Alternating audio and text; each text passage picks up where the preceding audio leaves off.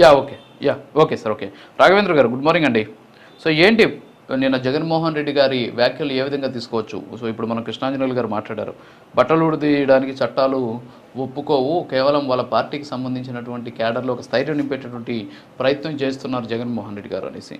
So ఈ అరాచకము, కక్ష సాధింపు చర్యలు అనేటటువంటి మాటలు జగన్మోహన్ రెడ్డి గారి నోట వింటూ ఉండడం చాలామందికి కాస్త విడ్డూరంగా ఉందని చెప్పేసి చాలామంది కూడా చెబుతున్నారు. ఏమంటారు రాఘవేంద్ర గారు? అది జగన్మోహన్ రెడ్డికి ముందుగా ప్యానెల్లో ఉన్నటువంటి సభ్యులందరికీ కూడా నమస్కారాలు.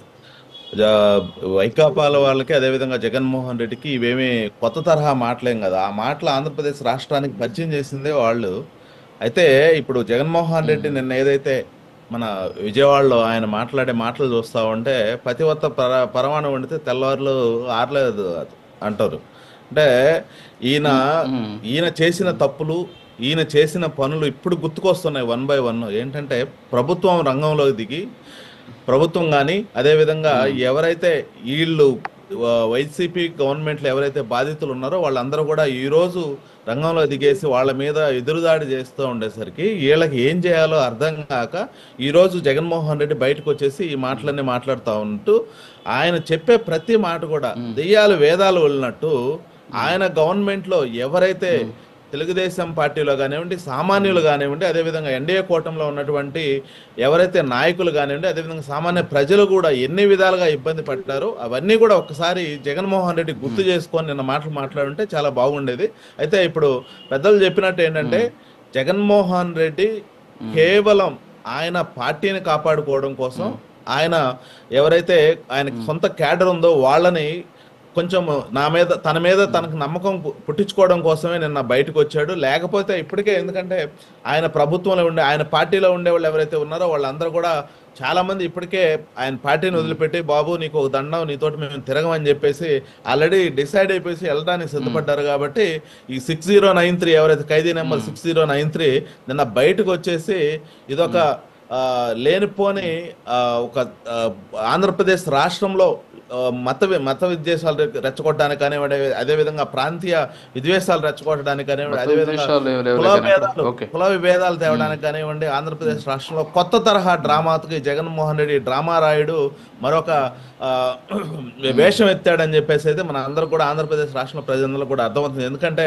గతంలో ఈయన అధికారంలోకి రావడం కోసం ఆ రోజు బాబాయిని చంపించడంలో కానివ్వండి, అదేవిధంగా ఎయిర్పోర్ట్లో ఆయన మీద కత్తిపోటు బోడిపించుకోవడం కానివ్వండి, ఇవన్నీ కూడా ఆంధ్ర రాష్ట్ర ప్రజలకి గుర్తున్నాయి. ఈ రోజు ఈ జగన్మోహన్ రెడ్డి చేసే పని ఏది కూడా, జగన్మోహన్ రెడ్డి మాట్లాడే ప్రతి మాట కూడా ఆంధ్ర రాష్ట్ర ప్రజలు నమ్మే పరిస్థితుల్లో లేరు. వాటిని మనం అసలు పట్టించుకోవాల్సిన పరిస్థితి లేదు. ఎందుకంటే ఆయనకి పిచ్చి పట్టిపోయింది.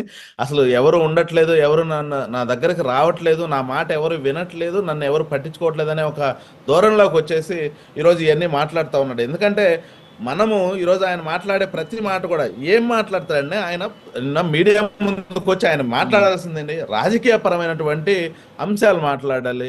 నేను నిన్న చూశాను ఏం మాట్లాడుతున్నాడు. అక్కడికి వచ్చేసి నువ్వు రాజకీయాలు మాట్లాడు, నీకు జరిగిన అన్యాయం గురించి మాట్లాడాయా అంటే నారా లోకేష్ గారు, నారా చంద్రబాబు నాయుడు గారికి ఈ ఎవరైతే గుట్కా అనే మన గుట్కా అతను గుడివాడ గుట్కా అతను కానివ్వండి, అదేవిధంగా వంశీ వాళ్ళ యొక్క అందాన్ని చూసి వీళ్ళిద్దరంట భయపడిపోతున్నారంట. అందం, నువ్వు ఒక పొలిటికల్ పార్టీ నాయకుడు అయి ఉండి అందాల గురించి ఏంటండి రాజకీయాలు మాట్లాడమంటే వాళ్ళు అందంగా ఉన్నారు, వీళ్ళు అందంగా ఉన్నారు, వాళ్ళ అందం చూసి భయపడుతున్నారు, కొంచెమైనా బుద్ధి ఉండాలి. అయితే నేను ఈ సందర్భంగా ఒకటే తెలియజేస్తా ఉన్నా, వీళ్ళు ఈరోజు అరాచకాల గురించి, రౌడీజాల గురించి, అదేవిధంగా ఏదైతే రాజ్యాంగాల గురించి మాట్లాడుతున్నారే 2019 నుంచి 2024 వరకు ఆంధ్రప్రదేశ్ రాష్ట్రంలో మీరు ఏ రాజ్యాంగాన్ని నడిపారు? మీరు ఒక్కరికైనా ఆంధ్రప్రదేశ్ రాష్ట్రంలో స్వేచ్ఛనిచ్చారా? ఒక్కరినైనా ఆ రోజు స్వతంత్రంగా బతికి వాళ్ళ బతుకులు వాళ్ళు సంతోషంగా ఉండే విధంగా, లేదా వాళ్ళ సంపాదన వాళ్ళు సంపాదించుకునే విధంగా మీరు చేశారా? ఎందుకంటే ఆ రోజు మీరు కూడా ఏం చేశారు? భారత రాజ్యాంగాన్ని పక్కన పెట్టి, అంటే ఒక భారత రాజ్యాంగంలో 4 పిల్లర్లు ప్రజాస్వామ్యం, సామ్యవాదం, అదేవిధంగా లౌకికవాదం, గణతంత్ర రాజ్యం. మీరు ప్రజాస్వామ్యానికి ఎక్కడన్నా విలువిచ్చారా? వీటన్నిటినీ కూడా తుంగలో దొక్కి పూర్తిగా లా అండ్ ఆర్డర్ని చేతిలో పెట్టుకొని, లా అండ్ ఆర్డర్ని చేతిలోకి తీసుకొని, అధికారులను చేతిలో పెట్టుకొని మీకు ఇష్టం వచ్చినట్టు ఆంధ్ర రాష్ట్రాన్ని ఆ రోజు అరాచకాలకి, అదేవిధంగా దారులు దౌర్జన్యాలు ఎన్నో చేశారు. ఆ రోజు ఆంధ్రప్రదేశ్ రాష్ట్రంలో మీరు చూసినట్లయితే ఎన్ని చేశారండి?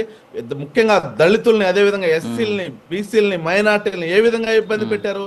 అదే ముఖ్యంగా దళితులు డాక్టర్ అచ్చెన్న కానివ్వండి, అదేవిధంగా సుబ్రహ్మణ్యం గారు వైసీపీ ఎమ్మెల్సీ అనంతబాబు ఏవైతే డోర్ డెలివరీ చేయటం కానీ, అదేవిధంగా డాక్టర్ సుధాకర్ గారు కానివ్వండి, అదేవిధంగా నాగమ్మ గారిని, ఓం ప్రతాప్ని, ఈ విధంగా ఎంతో మంది ఎస్సీలని, అదేవిధంగా బీసీల్లోకి వచ్చేసరికి మనం మాట్లాడుకుంటే అదే మన ఇక్కడ రేపల్లి జిల్లాలో ఒక చిన్న పిల్లోడు అమర్నాథ్ గౌడ్ని పెట్రోల్ పోసి తగలబెట్టారు. కొంచెమైనా సిగ్గుండాలి. అది చాలా బాధాకరమైన విషయం. ఒక ముఖ్యమంత్రి అక్కడికి వెళ్ళి కూడా పరామర్శించినటువంటి వ్యక్తి ఈ రోజు ఒక ఎవరైతే దళిత యువకుడిని భయపెట్టి ఇచ్చేసారో అతనికి పరామర్శ కోసం పోయారంటే, ఈ జగన్మోహన్ రెడ్డికి ఏమాత్రం కూడా ఈ రోజు అతని పార్టీని కాపాడుకోవడం కోసం ముందుకెళ్తున్నాడే తప్ప ఈయనేదో ప్రజల మీద నమ్మకంతో, ప్రజల మీద ప్రేమతోటో కాదు.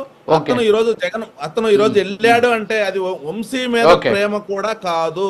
నేను ఒకడున్నాను, ఈ పార్టీలో నేను ఒకడున్నాను, నేను మీకు అందరికి కూడా ఒక భరోసా ఇవ్వడానికి అని వెళ్ళాడు తప్ప ఇది ఆంధ్ర రాష్ట్రంలో ఈ రోజు ప్రజలు కూడా పట్టించుకునే పరిస్థితులు లేదు. జగన్మోహన్ రెడ్డిని అసలు పూర్తిగా నమ్మే పరిస్థితులు లేరు. ఎందుకంటే ఈ రోజు ఇప్పుడైతే బెయిల్ మీద ఉన్నటువంటి జగన్మోహన్ రెడ్డి త్వరలోనే జైలుకి వెళ్ళడానికి సిద్ధం అవుతున్నారు కాబట్టి ఆయన కూడా భయంతో ఊగిపోతా ఉన్నారు. Okay. Good morning Rayapati Arun గారు. ఏంటి ఇప్పుడు చూసారు మీరు ప్యానెల్లో ఉన్నటువంటి మెంబర్స్ మాట్లాడారు. దీంతోపాటు నిన్న